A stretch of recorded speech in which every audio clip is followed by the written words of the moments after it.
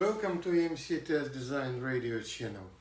In today's video I will show you another set of modifications that I performed to improve its shortwave performance.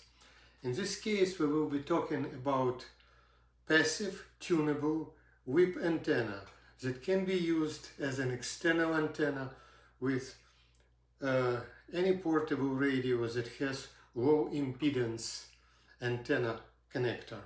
Also, I will give you some physics background behind the design of this antenna, few tips how to make this antenna, and finally I will show you and make measurements of performance improvements with DX286 radio. So without any ado, let's start. In our previous videos, if you remember, we were talking about making a dipole antenna for short waves that made only marginal improvement for shortwave performance. Substantial performance improvement we made by creating active loop antenna that is tunable and that can be tuned to a frequency of desired station. This antenna has substantial improvement because it's not only had gain because of electronic circuit, but it also allowed us to dramatically reduce interferences caused by switching power supplies and other interference producing elements like LED bulbs, fluorescent bulbs and other industrial electronics that is producing electrical noise that could be very efficiently filtered if you use magnetic antenna. At the same time, I still wanted to produce electric whip antenna that would be simple enough, that could be very easy to make and can be used with any radio without substantial modification, just to plug it in. In order to understand why this external whip antenna may be substantially better than stock whip antenna of the radio, we need to a little bit get into the mecca of RF design, which is called impedance matching. On this slide I show you some hypothetical source of RF energy with a voltage V1 and impedance Z1, and you have antenna jack which contains internal front end of the radio with impedance Z2. If you have Z1 substantially larger than Z2, you have basically voltage divider, and voltage V2 that you will get at the input of your front end would be reduced by the ratio of Z2 over Z1, and this reduction may be substantial. In order to get more power, we need to produce matching. So we would like to match impedance of the source, in this case Z1, to Z2, or at least if not match, we would like to increase perceived impedance of Z2. This could be done if we put RF transformer with the windings N1 and N2, and ratio N1 over N2 is much more than 1. In this case, because impedance is transformed as a square of the ratio, in this case ratio is K, impedance is increased by K square, and then we use divider down by K, total gain is still K times larger than in the case when we do not have matching impedance. In this simple example, we demonstrate that just making this matching transformer allows us, theoretically, in some ultimate case, we can get K times increase of the voltage that will be supplied to the front end of our receiver. But real life is always much more interesting. If we consider quarter wavelength dipole, but we will use it at a frequency when wavelength is much larger than the length of the dipole. For example, if dipole having length 1 meter and smaller, and you're operating at short waves where wavelength is from 10 to 120 meters, of course you have very short dipole. In this case, there are a few very interesting parameters. First, impedance of this antenna is capacitive, and it depends on the length of antenna. For typical whip antenna 50 to 100 centimeters, the capacitor's value of this antenna is 510 picofarad, which will create great mismatch with input impedance of your amplifier.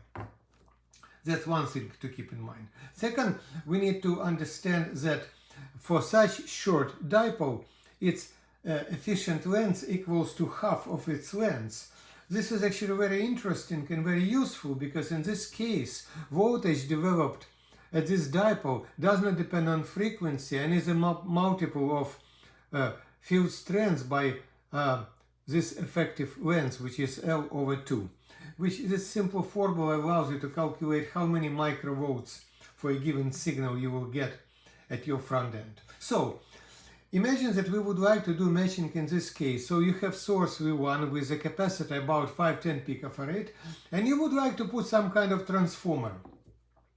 And you may say, why do I need to tune? I just make transformer and they just get impedance matching.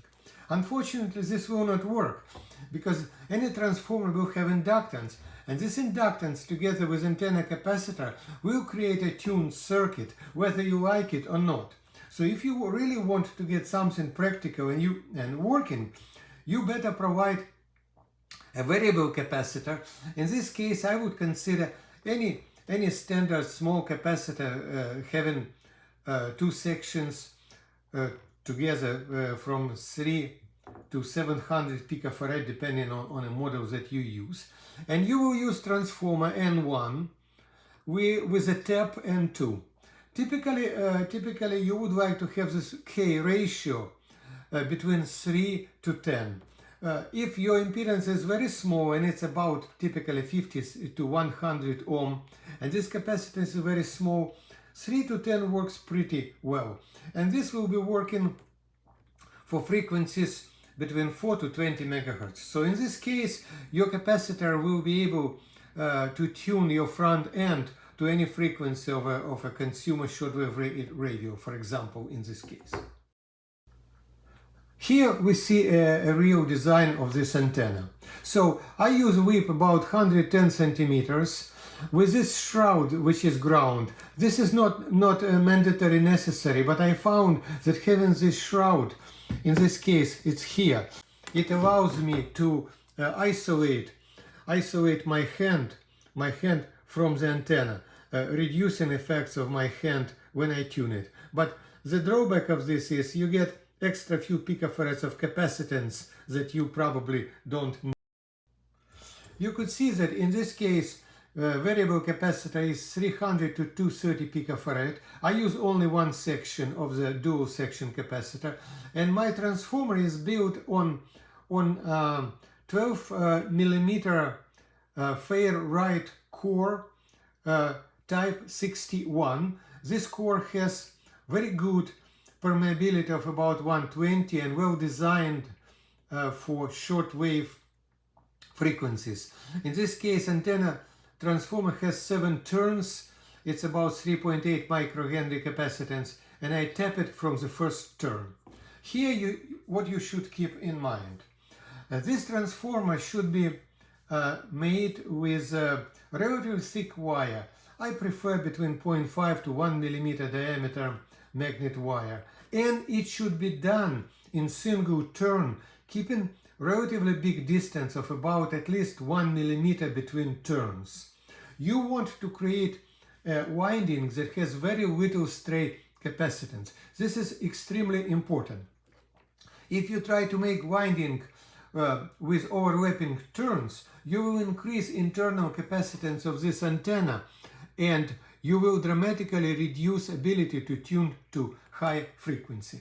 Another interesting feature of this antenna is, because this whip can have different lengths, the capacitance that you introduce into this resonance circuit is also variable. So making whip shorter I can actually tune it with a shorter whip. I can tune it down to 16 meter or even to higher frequencies. And making this whip fully extended, I can tune to 60 meter bands. So this gives me a wider tuning range. The output of this antenna, as you could see here, is a 3.5 millimeter plug that I connect right into low impedance input of my radio. I tried this with a few radios with the same great success. The only requirements for this plug is it should not have too many metal parts. It should not have too high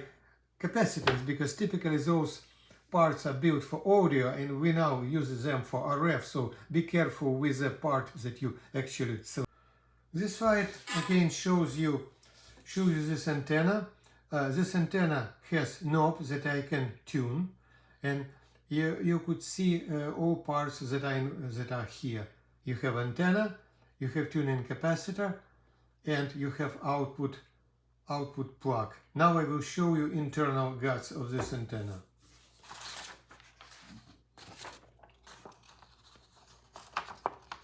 As you can see, there is not much here. This is capacitor mounted on the front part of the box, and this is approximately half inch ferrite core with the 7 turns and a tap from the first turn connected to active terminal of this plug.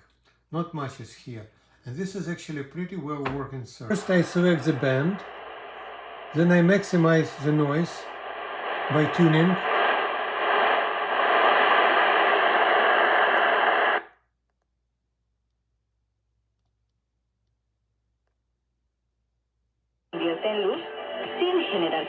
And then I fine-tune antenna.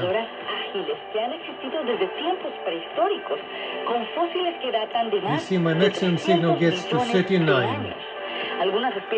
If I take antenna off, signal dropped to 11-12. This is a real gain difference with this antenna.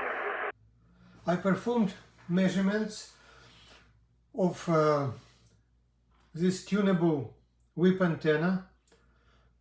Those are green bars, compared to performance of Codesen DX286 stock antenna. And you could see that average improvement across the whole shortwave frequency range is about 20 dB. This means by using such antenna we can get about 10 times higher sensitivity of the radio compared to stock antenna. You may ask a really legitimate question: how does this tunable passive electric antenna compare to shielded amplified magnetic antenna that I demonstrated to you in one of my previous videos? Surprisingly enough, their performance is approximately the same. Both antennas produce 10 to 20 dB increase of gain across the whole shortwave frequency band. But at the same time, you still have great benefit of shielded magnetic loop antenna in a case when your reception is dramatically reduced by electric interferences. If you do not have electric interferences, if you don't have strong electric noise around you, then electric and tunable electric antenna produces very credible benefit with a great simplicity. If you do live in a big city and surrounded by a lot of man-made electric noise, then using magnetic antenna is one of the few available solutions that still will allow you to cut through the noise. And I would like to finish this video with a note that still using external tunable shielded magnetic antenna is the best solution because not only it shields your radio from man-made electric noise, it also will be non-sensitive to the electric noise generated by your own radio. And unfortunately, for all practical purposes, these radios radiate enough electromagnetic interference to increase noise substantially by 5-10 dB. So this is still the best solution. Of course, it's bulkier and it's not that portable as you would like to have. So in the order of noise protection, this is the best solution. Second best would be built-in antenna, when you can actually take your loop antenna a little bit out of your radio. And again, in case when this is not a problem, having tunable electric passive electric antenna is very good solution that I showed you in this radio. Thank you for watching.